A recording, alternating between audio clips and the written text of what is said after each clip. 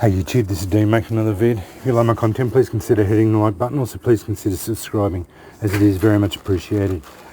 Discussion today on matches. We don't use them enough. Yeah, we all get all hung up on other fire lighting methods, ferro rods and flint and steel, bow drill, a whole lot. Great fun. Love them, love them, love them. And anyone who's watched my videos know I love my flint and steel. But yeah, if you just want a fire lit matches, lighters, yeah, I'll do another one on lighters later on. But yeah, matches, mate.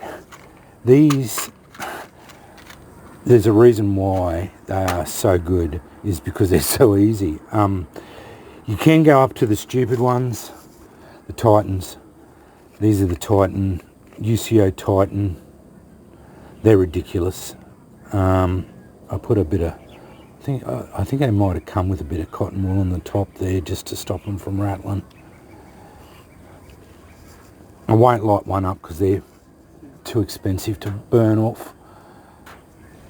These things are ridiculous, but they are as advertised. I have tested them. They burn for like 30 seconds. You can put them in water, pull them out, they burn. You can't blow them out. If you want to light a fire, no questions asked, these are the go. But they are like $20 a packet for 15 of them or so. They are hands down the best matches I've ever tested, but hideously expensive. I also found these ones, the Stormproof, UCO Stormproof Sweet Fire Strikeable Fire Starter. I haven't tested them. I bought them, and then they are reasonably expensive as well. I bought them and just threw them in a pack. I wanted to do a test on them, but yeah, I will at one stage. They're just like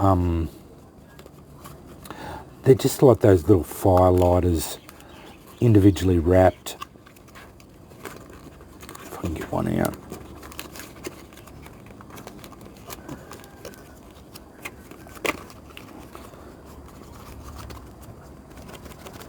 I can't even get them out. I got the strikers. They're on the thing there. They're a little fire lighter with the lighting tip on there. There they are, there in the packet. Yeah, I've tried similar products before to these, and they were pretty good, but I think the UCO ones are going to be better. They reckon they're waterproof, windproof, the whole lot, burn for 7 minutes each. I haven't tested them, but yeah, and these were quite expensive too, so yeah, that's why I haven't tested them. I buy the Redheads. These are the ones that you get here in Australia, just Redhead classic matches, 50mm long. They're like $2 a packet for 90 matches, and they're quite a reasonable quality match. Yeah, they burn quite well. They're not windproof at all, but they're just quite a quality match. Not too bad at all.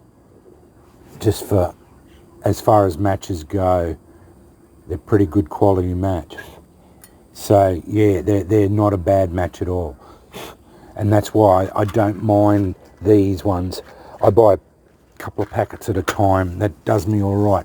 These are the other ones I do get occasionally, but I haven't bought any in a long time. They were starting to get a little bit more expensive. These are the Chinese ones. They come from China, but they're the... Oh, these ones weren't.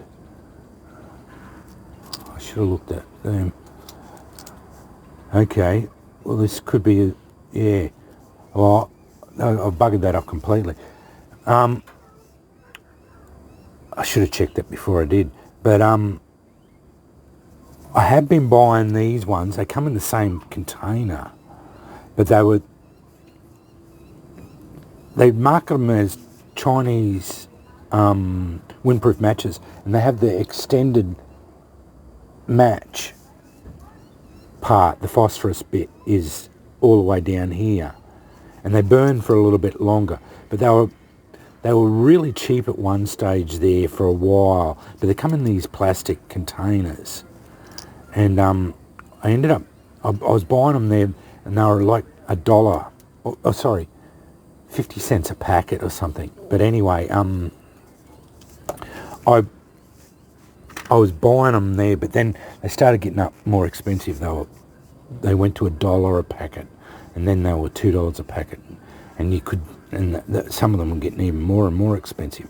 And at one stage, someone was saying that you weren't allowed to import matches into Australia because they had problems with them coming over on the planes because they're fire-related products. So yeah, I stopped buying them for a while. But anyway, yeah, if you can get them in and they're not too expensive, they're not too bad. They burn all right. They're not the best match, but they're not too bad at all. But I've been just going on with these redheads because I get them from Coles or whatever, and they're a reasonable quality match, but they aren't windproof or anything, but they are not too bad as far as the quality goes. But they're the sort of thing you should always have around, just for instant fire, like yeah, lighters and that too. But yeah, a couple of packets of matches around